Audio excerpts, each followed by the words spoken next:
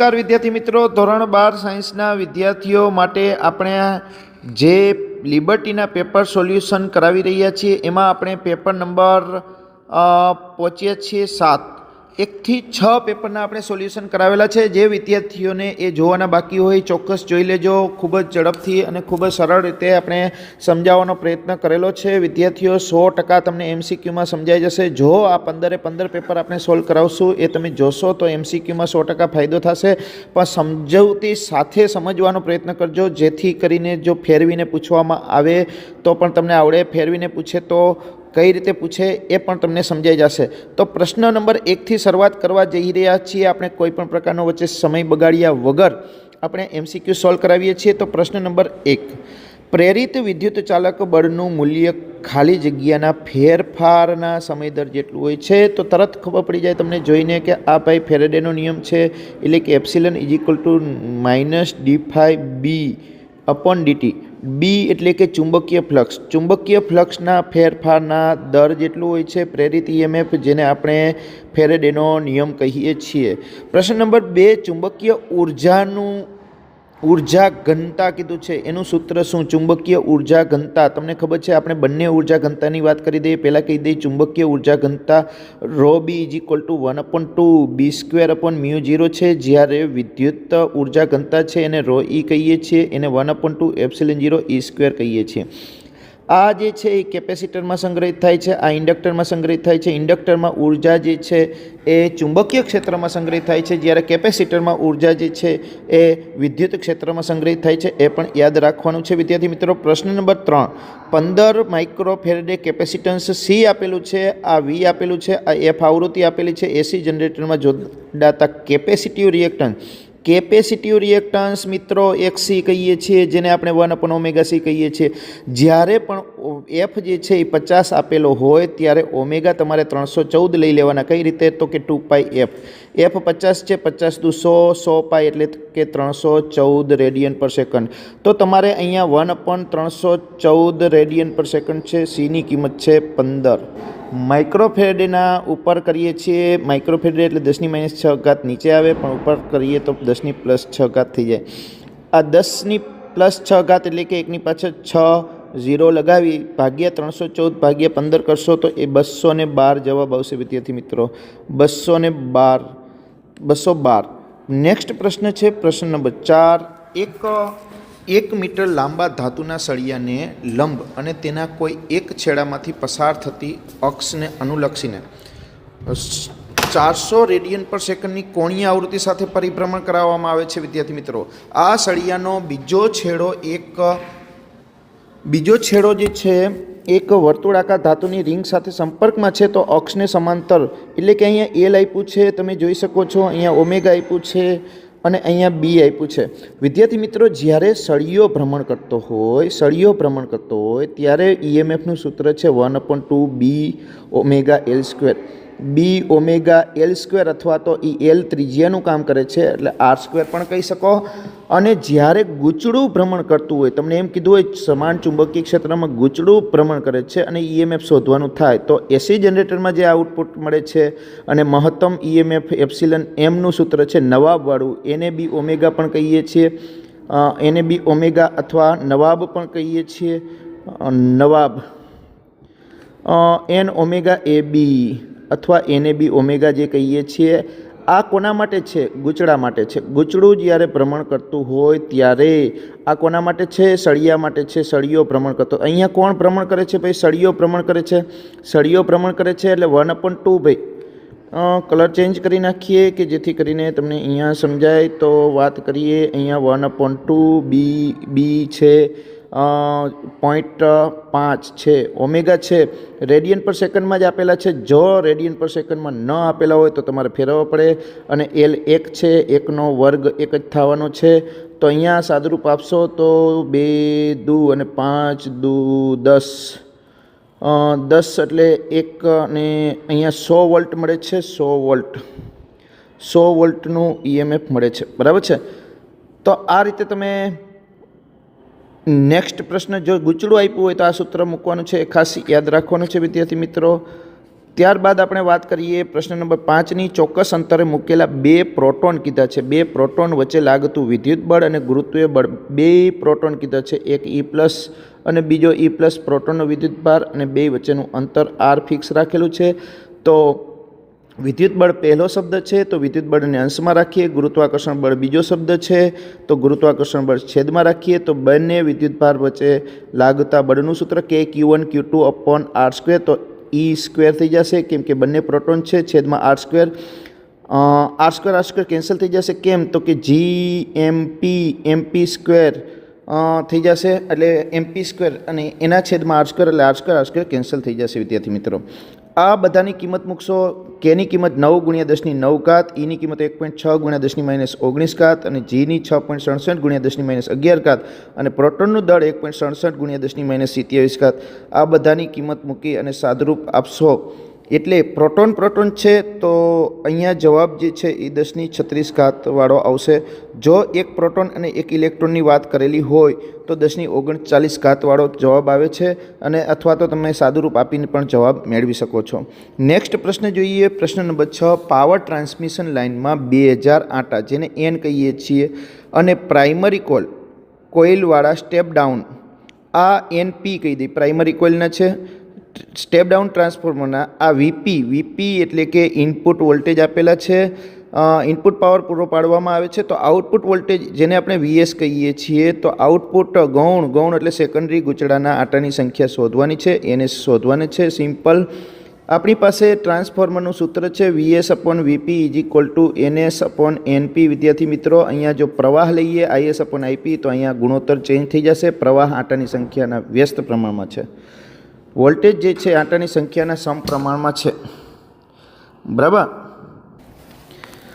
અહીં NS આપેલા જ છે, NS શોધવાના છે. તો NSને આપણે કરતા કરીએ તો NS = થશે NP ગુણાકારમાં VS/VP. NP આપેલા છે 2000, VS આપેલા છે 330 અને VP છે 3300. આ કેન્સલ થઈ જાય તો 200 આંટા મળે છે. 200 આંટા. નેક્સ્ટ પ્રશ્ન જોઈએ. 7. PN જંકશન પાસે નાના વિસ્તારમાં N વિભાગમાં અને P વિભાગમાં ખાલી જગ્યા હોતા નથી. અહીંયા નાના વિભાગમાં જે છે PN જંકશન હોય એમાં Nમાં જે છે એ ઇલેક્ટ્રોન નથી હોતા. આમ જોવા જઈએ તો ડિપ્લેશન વિસ્તારની વ્યાખ્યા એવી છે કે જંકશન પાસેનો એવો વિસ્તાર કે જે પોતપોતાના મેજોરિટી ચાર્જ કેરિયરથી ખાલી થઈ ગયેલો વિસ્તાર છે. અહીંયા જંકશન પાસેનો નાનો વિસ્તાર કીધો છે જે પોતપોતાના મેજોરિટી ચાર્જ કેરિયરથી ખાલી થઈ ગયેલો વિસ્તાર છે. એટલે N વિભાગમાં ઇલેક્ટ્રોન ડિફ્યુઝ થઈને P વિભાગમાં જતા રહ્યા, એટલે N વિભાગમાં ઇલેક્ટ્રોન નથી. અને P વિભાગમાં એ નજીકના વિસ્તારમાં હોલ હોતો નથી. બરાબર છે, હોલ હોતા નથી. પરંતુ અમુક રેફરન્સ બુકમાં આનો જવાબ જે છે એ N વિભાગમાં હોલ નથી હોતા એમ કહે છે, અને P વિભાગમાં ઇલેક્ટ્રોન નથી હોતા એમ કહે છે. બરાબર છે. પણ મારી દૃષ્ટિએ ડિપ્લેશન વિસ્તારની વ્યાખ્યા મુજબ N વિભાગમાં નજીકના જંકશન પાસેના વિસ્તારમાં ઇલેક્ટ્રોન નથી હોતા. કેમ? તો કે એ ઇલેક્ટ્રોન ગુમાવી ડિફ્યુઝ થઈ N વિભાગમાં ધન આયન બની ગયા હોય છે, અને જ્યારે હોલ જે છે એ ડિફ્યુઝ થઈને ત્યાં ઋણાયન બની ગયા હોય છે. બરાબર. નેક્સ્ટ પ્રશ્ન જોઈએ. પ્રશ્ન નંબર 8. FM રેડિયો બેન્ડની આવૃત્તિ તમને ખબર જ છે મેગાહર્ટ્ઝમાં છે, અને 88 થી 108 મેગાહર્ટ્ઝની આસપાસ હોય છે. બરાબર. નેક્સ્ટ, કેન્સરગ્રસ્ત કોષોને નષ્ટ કરવા માટે આપણે ગામા કિરણોનો ઉપયોગ કરીએ છીએ કેન્સરગ્રસ્ત જે કોષો છે એનો નાશ કરવા માટે. ઓપ્ટિકલ ફાઇબરમાં ગર્ભના દ્રવ્ય, આ ઘણી બધી વખત આવી ગયો છે, ગર્ભના દ્રવ્યનો વક્રીભવનાંક આવરણના દ્રવ્ય કરતાં મોટો હોય છે. આપણે આકૃતિ દોરીને આની પહેલાંના પ્રશ્નમાં સમજાવેલું છે કઈ રીતે મોટો હોય છે. એક જાદુગર તેના પ્રોગ્રામમાં પ્રવાહી રાખેલું છે. જાદુગર છે એક પાત્રમાં પ્રવાહી ભરેલું છે, એને કાચનો સ્લેબ જે છે એ ગાયબ કરી દેવો છે. ગાયબ ક્યારે થાય? તો કે કાચના સ્લેબનો વક્રી પૂર્ણાંક 1.47 છે, તો પાણીનો વક્રી પૂર્ણાંક પણ 1.47 હોય તો આપણને એક જ માધ્યમ દેખાય, એટલે કે એ ગાયબ થઈ ગયેલો હોય છે એવું દેખાય છે. એટલે 1.47 જેટલો કાચનો વક્રી પૂર્ણાંક છે એટલા જ વક્રી પૂર્ણાંકવાળું પ્રવાહી લેવું પડે. અને આ પ્રવાહી જે છે એ ગ્લિસરીન હશે, કેમ કે ગ્લિસરીનનો વક્રી પૂર્ણાંક આની નજીકનો છે. નેક્સ્ટ, 2 પ્રોટોન અને 3 ન્યુટ્રોન ધરાવતું ન્યુક્લિયસ. પ્રોટોન એટલે Z બરાબર 2 હશે, અને ન્યુટ્રોન એટલે પ્રોટોન પ્લસ ન્યુટ્રોન એટલે કે 2 પ્લસ 3 એટલે 5 હશે. તો 2 અને 5 હોય તેવું તત્વ જે છે, 2 પ્રોટોન 3 ન્યુટ્રોન છે, 2 પ્રોટોન 3 ન્યુટ્રોન છે. અહીંયા 10 કીધા છે એટલે એ નહીં આવી શકે, તો કયો છે 2 અને 5, બરાબર છે. 2He5 હશે.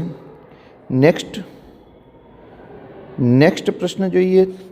યંગના 2 સ્લિટના પ્રયોગમાં ઉદ્ગમ સ્લિટની પહોળાઈ વધારવામાં આવે. ઉદ્ગમ સ્લિટની પહોળાઈ એટલે સ્મોલ d વધારવામાં આવે તો શું થાય છે?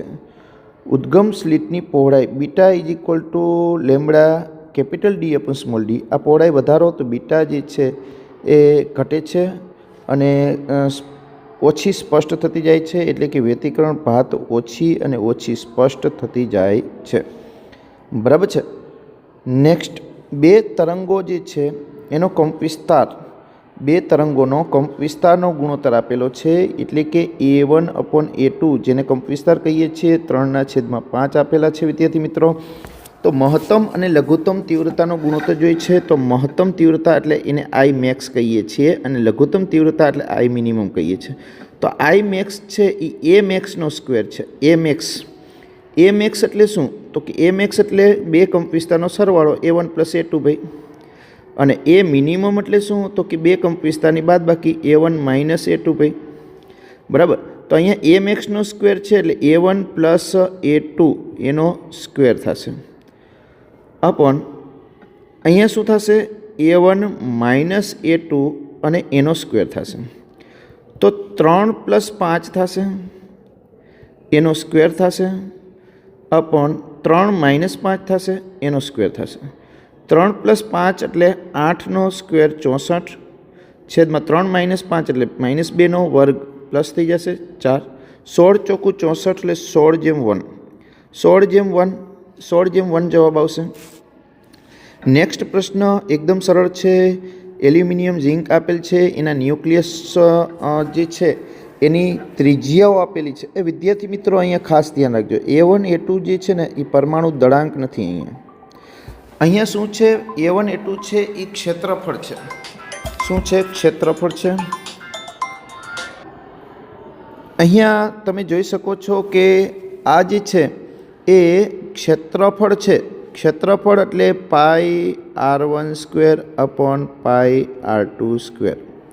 હવે R1 R2 કઈ રીતે મળશે વિદ્યાર્થી મિત્રો? આની ગણતરી આપણે અહીંયા દર્શાવીએ તો R1 જે છે એ R0, અહીંયા પરમાણુ દળાંક 27નું ઘનમૂળ મૂકવું પડશે, ઘનમૂળ, બરાબર. નીચે છેદમાં R2, તો અહીંયા R0, અહીંયા 64 છે તો 64નું ઘનમૂળ મૂકવું પડશે, ઘનમૂળ.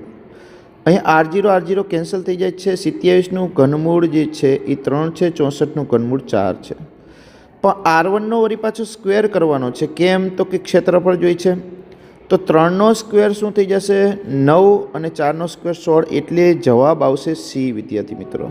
જવાબ આવશે C, ખાસ યાદ રાખજો. નેક્સ્ટ પ્રશ્ન જોઈએ તો ધાતુમાંથી ઉત્સર્જાયેલા 3.5 ઇલેક્ટ્રોન વોલ્ટની મહત્તમ ગતિ ઉર્જા સાથે ગતિ કરતા ઇલેક્ટ્રોનને રોકવા માટે. હવે 3.5 ઇલેક્ટ્રોન વોલ્ટ ઉર્જા ધરાવે છે. આ જે છે એ કેથોડ છે, એમાંથી ઇલેક્ટ્રોનની કિરણાવલી ઉત્પન્ન થાય છે. અહીંયા એનોડ છે જેના ઉપર સ્થિતિમાન કેટલું હોવું જોઈએ? આની પાસે 3.5 ઇલેક્ટ્રોન વોલ્ટ ઉર્જા છે, તો આનું સ્ટોપિંગ પોટેન્શિયલ 3.5 તો મિનિમમ હોવું જોઈએ, કાં 3.5થી વધુ હોવું જોઈએ, તો જ આ રોકાય. કેમ? તો કે K max is equal two શું છે?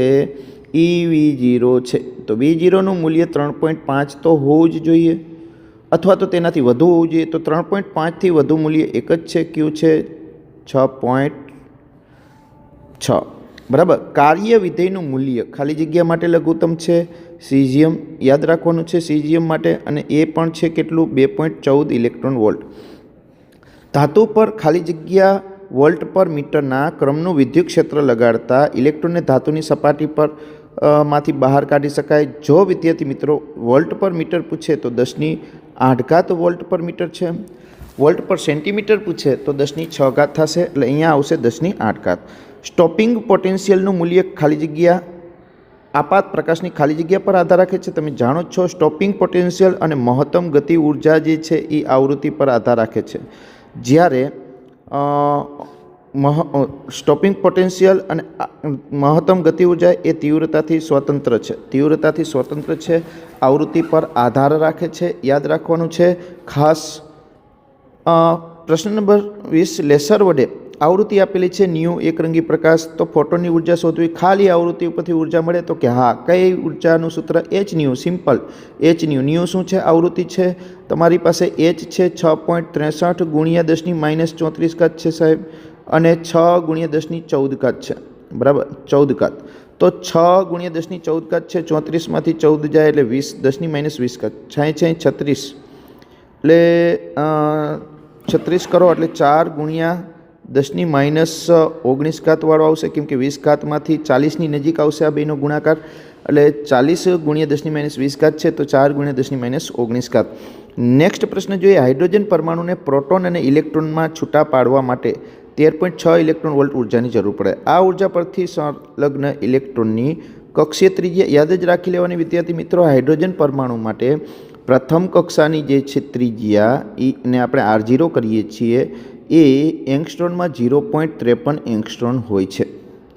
તો 0.53 એંગસ્ટ્રોન છે, તો એને શું લખી શકાય? 5.3 × 10⁻11 લખી શકાય, કેમ કે 1 એંગસ્ટ્રોન એટલે 10⁻10. તો એક આંકડા પછી પોઈન્ટ મૂકો, 5.3 × 10⁻11. એક વેગ પણ યાદ રાખી લેવાનો છે, 2.18 × 10⁶ મીટર પર સેકન્ડ છે, એ પ્રથમ કક્ષાનો વેગ છે. આ યાદ રાખજો.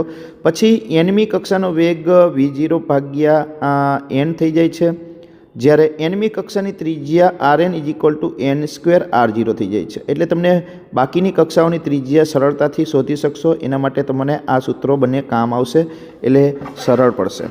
નેક્સ્ટ પ્રશ્ન 22, હાઇડ્રોજન પરમાણુને તેની ધરા અવસ્થામાંથી બીજી ઉત્તેજિત અવસ્થા કીએ વિદ્યાર્થી મિત્રો. તો બીજી ઉત્તેજિત અવસ્થા એટલે n = 1 માંથી 2 માં જાય તો પ્રથમ, તો n = 1 માંથી 3 માં જાય તો એને દ્વિતીય ઉત્તેજિત અવસ્થા કહેવાય. તો પહેલી કક્ષામાં હાઇડ્રોજન પરમાણુમાં ઉર્જા 13.6 હોય છે, બીજીમાં 3.4 હોય છે, અને ત્રીજીમાં હોય છે 1.51. બરાબર, -1.51. તો આ 13.6 માંથી તમારે 1.51 બાદ કરવાના છે. 1.51 બાદ કરશો એટલે 12.09 મળશે વિદ્યાર્થી મિત્રો. 12.09 ઉર્જાની જરૂર પડે આપણે દ્વિતીય ઉત્તેજિત અવસ્થામાં જવું હોય તો, કેમ કે આ બેની બાદબાકી કરતાં એ 12.09 મળે છે. જો ક્વોન્ટમ નંબર વધે તો ક્રમિક ઉર્જા સ્તરો વચ્ચેનો ઉર્જા તફાવત તમે જાણો છો. ઉર્જા તફાવત બોહરની સ્વીકૃતિ નંબર 3 છે, EI - EF = Sc/λ. તો ઉર્જા તફાવત છે એ લેમ્ડાના વ્યસ્ત પ્રમાણમાં છે. તો અહીંયા ક્વોન્ટમ નંબર પૂછેલું છે ભાઈ, લેમ્ડા સાથે સંબંધ નથી. તો આપણે ક્વોન્ટમ નંબરની વાત કરીએ તો એની સૂત્ર પણ તમે જાણો છો, En = -13.6/n². છે. બરાબર, પણ માઇનસમાં છે અને ક્રમિક કીધું છે, 2 ક્રમિક કીધું છે. એટલે જેમ ક્રમિક ઉર્જા સ્તરો વચ્ચેનો ઉર્જા તફાવત જે છે એ ક્વોન્ટમ નંબર વધતા ઉર્જા તફાવત જે છે એ ઘટતો જાય છે. ક્રમિક એટલે 1.51, પછી આવે છે 0.85, એવી રીતે 13.6, પછીની આવે છે 3.4. તો એ બે વચ્ચેનો તફાવત 3.4 અને 1.51 વચ્ચેનો તફાવત, 1.51 અને 0.85 વચ્ચેનો તફાવત ક્રમશઃ ઘટતો જાય છે. નેક્સ્ટ પ્રશ્ન જોઈએ. સન્મુખ સંઘાતના કિસ્સામાં સંઘાત પ્રાચલ લઘુત્તમ હોય ત્યારે થીટા જે છે એ પાઈ હોય છે. તમે જાણો છો હેડ ઓન અથડામણ થાય છે ત્યારે હેડ ઓન અથડામણ ઇમ્પેક્ટ પેરામીટર શૂન્ય હોય છે. ક્યારે ભાઈ હેડ ઓન અથડામણ થાય ત્યારે પ્રકીર્ણન કોણ એના એ જ માર્ગે આલ્ફા કોણ પાછો આવતો હોવાથી પાઈ કહેવાય છે, અથવા તો 180 પણ કહીએ છીએ. 25મો પ્રશ્ન છે. ક્લોરીનનો આ જે છે એ પરમાણુ ભાર આપેલો છે અને એનું પ્રમાણ આપેલું છે. તો ક્લોરીન પરમાણુની સરેરાશ શોધવાની છે. ભારિત સરેરાશનું સૂત્ર તમે જાણો છો, ભારિત સરેરાશ. તો ભારિત સરેરાશમાં પહેલાં 75.4%, તો એને ગુણ્યા કેટલા કરવાના છે? 34.98 કરવાના છે. બરાબર. 75.4 ગુણ્યા, અહીંયા જગ્યા નથી તો આપણે ભારિત સરેરાશ અહીંયા સૂત્ર લખીએ છીએ. 75.4 ગુણ્યા 34.98 કરવાના છે. પછી આ કેટલા ટકા છે? 24.6% જે છે એ શું છે? 36.98 છે. અને એને ભાગ્યા 100 કરો એટલે સરેરાશ મળે છે, જે 35.47 થશે. બરાબર છે, 35.47. નેક્સ્ટ પ્રશ્ન જોઈએ. પરમાણુ દળાંક ખાલી જગ્યા ધરાવતા ન્યુક્લિયસો માટે ન્યુક્લિયન દીઠ બંધન ઊર્જા લગભગ અચળ હોય છે. તમને ખબર જ છે, 30 કરતાં વધારે અને 170 કરતાં ઓછું હોય ત્યારે EBNનું મૂલ્ય લગભગ અચળ જેવું હોય છે. નેક્સ્ટ, બાકી 30 કરતાં ઓછો હોય પરમાણુ દળાંક કે 170 કરતાં વધારે હોય તો એના માટે EBNનું મૂલ્ય ઓછું છે. યુરેનિયમ એક પરમાણુનું વિખંડન થતાં 200 મેગા ઇલેક્ટ્રોન વોલ્ટ ઉર્જા આપે છે. તો 6.4 વોટ પાવર મેળવવા માટે 1 સેકન્ડમાં કેટલા યુરેનિયમની જરૂર પડે? તો 1 સેકન્ડમાં ઉર્જા એટલે તમે જાણો છો 6. વોટને જૂલ પર સેકન્ડ કહેવાય. વોટને શું કહેવાય? જૂલ પર સેકન્ડ. તો 6.4 જૂલ માટે આપણે ઇલેક્ટ્રોન ન્યુક્લિયસની સંખ્યા જોઈ છે. તો આપણે ત્રિરાશી જ મૂકવાની છે. 200 મેગા ઇલેક્ટ્રોન વોલ્ટ માટે 1 યુરેનિયમ મળે છે. તો 6.4 જૂલ માટે કેટલા યુરેનિયમ મળે? તો 6.4 અંશમાં રાખશું અને 200 છેદમાં રાખશું. તો 200 મેગાના આપણે શું કરવા પડશે? 10⁶. અને ઇલેક્ટ્રોન વોલ્ટના શું કરવા પડશે? 1.6 ગુણ્યા 10⁻19 કરવા પડશે. 10⁻19 અહીંયા 10⁻19 કરવા પડશે. ઉપર જશે પ્લસ થશે. 19માંથી 6 કેન્સલ કરી નાખીએ તો કેટલી વધશે ભાઈ?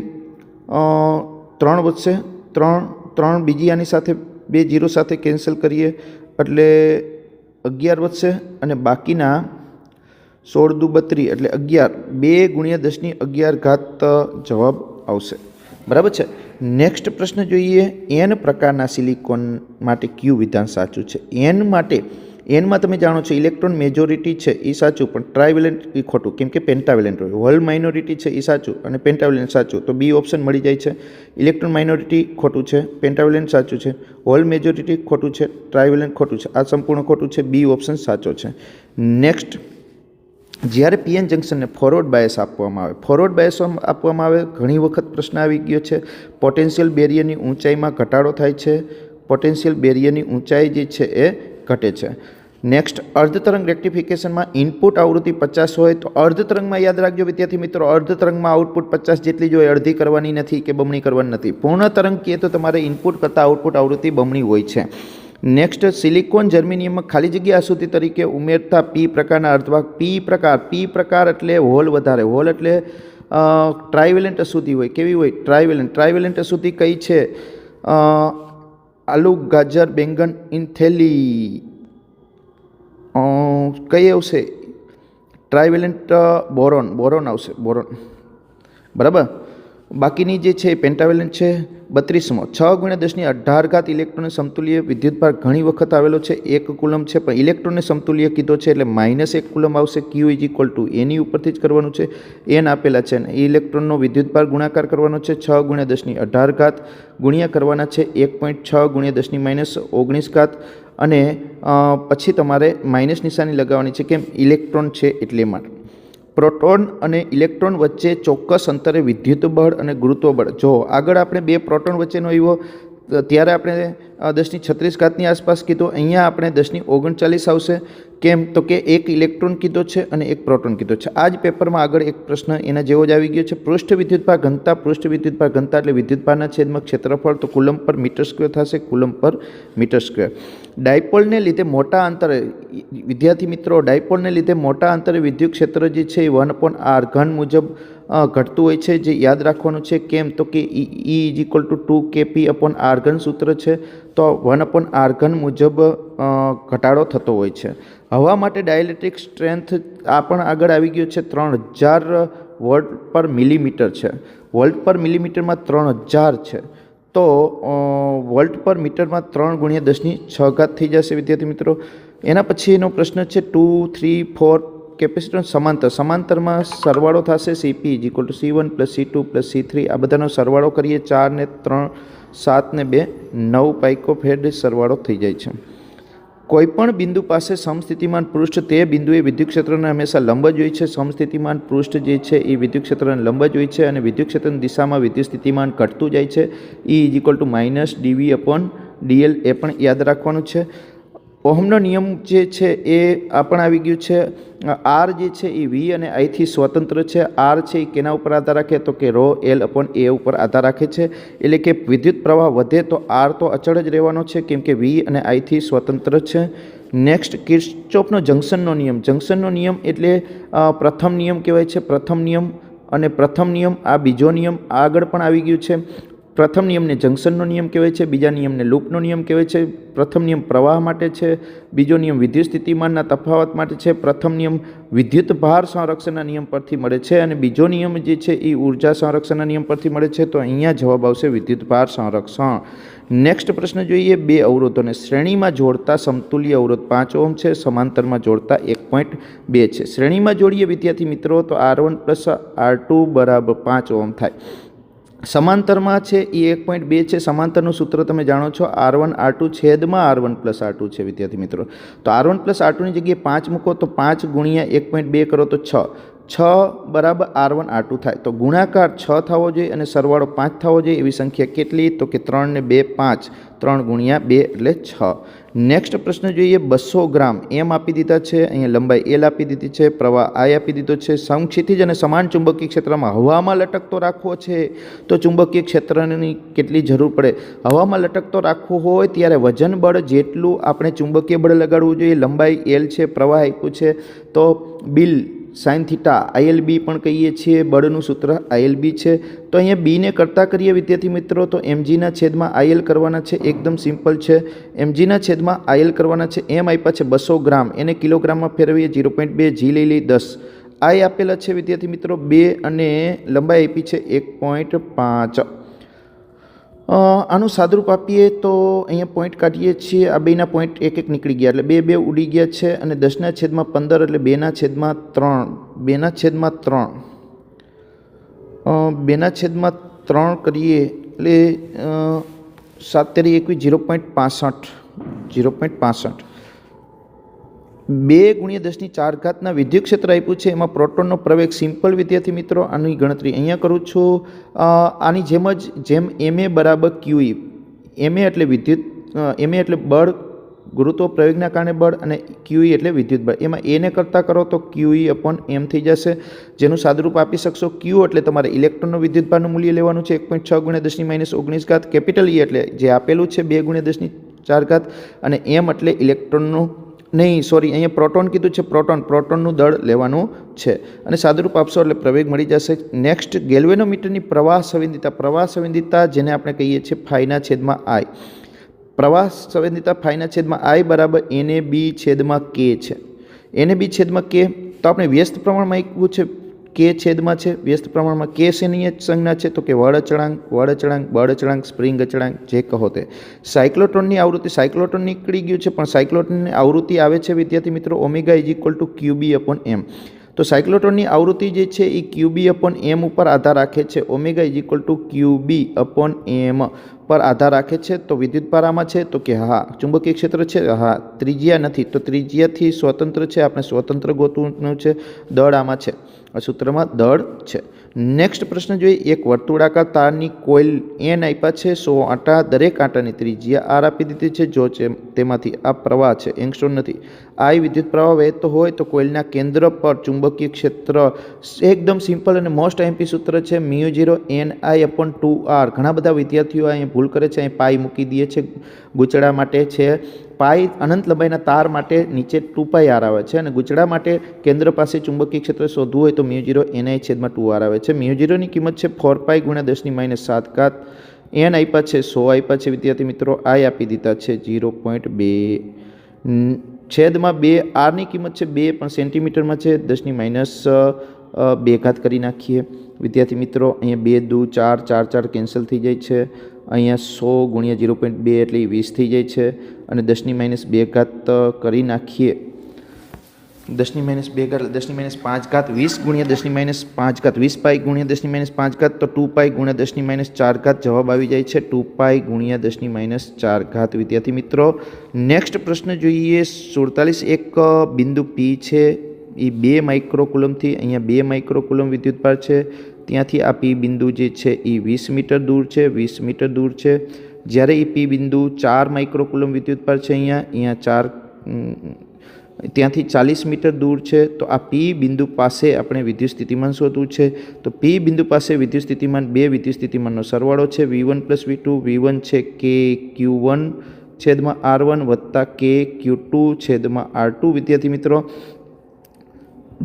K કોમન કાઢી લે 9 ગુણ્યા 10⁹ ઘાત Q1 છે 2 માઇક્રોકુલમ એટલે 2 બરાબર 2 ગુણ્યા 10⁻6 ઘાત છેદમાં 20 છે વધતા 4 ગુણ્યા 10⁻6 ઘાત જગ્યાનો અભાવ છે અહીંયા 4 ગુણ્યા 10⁻6 ઘાત છેદમાં 40 10⁻6 ઘાત કોમન કાઢીએ અથવા તો 0 એક ઉપર જવાથી 10⁻7 ઘાત થઈ જશે 9માંથી 7 જાય તો 10⁻2 ઘાત વધશે અહીંયા અને અહીંયા 2 2 ઉડી જાય છે અને 1 + 1 વધશે ભાઈ 9 દુ 18 18 ગુણ્યા 10⁻2 ઘાત એટલે 1800 આનો જવાબ છે 1800 વોલ્ટ એ જવાબ જે છે એ આ ગણતરી જે છે એ આ પ્રશ્નની છે બરાબર। નેક્સ્ટ 100 વોલ્ટની બેટરીને જોડેલ કેપેસિટન્સ 2 થી 10 માઇક્રોફેરેડ સંગ્રહિત ઉર્જા સિમ્પલ છે અહીંયા ખાલી સૂત્ર કહી દઉં છું 1/2 CV²।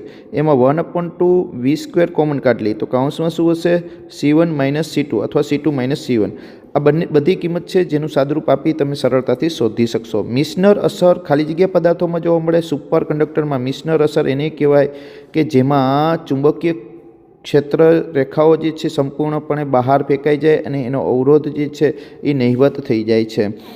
50 અન્યોન્ય પ્રેરકત્વ જે છે એ એલનું પારિમાણિક સૂત્ર શેના ઉપરથી બનાવી શકશો તો કે હેનરી છે અથવા તો એનો એકમ વોલ્ટ ઇન્ટુ સેકન્ડ પર એમ્પિયર છે એના ઉપરથી પણ બનાવી શકશો બરાબર। એટલે M1 L2 T-2 અને A-2 છે 12 - 22 રેડી। તો નેક્સ્ટ પેપરમાં ફરી પાછા આપણે મળીશું વિદ્યાર્થી મિત્રો। જો ખરેખર તમને આ પેપર જોવાથી આ સોલ્યુશન જોવાથી આ વિડીયો જોવાથી તમને ખરેખર ફાયદો થતો હોય તો નામની એવી કોમેન્ટ કરી દેજો વિદ્યાર્થી મિત્રો જેથી નેક્સ્ટ વિડીયો આપણે ઝડપથી મૂકી શકીએ। થેન્ક યુ વિદ્યાર્થી મિત્રો।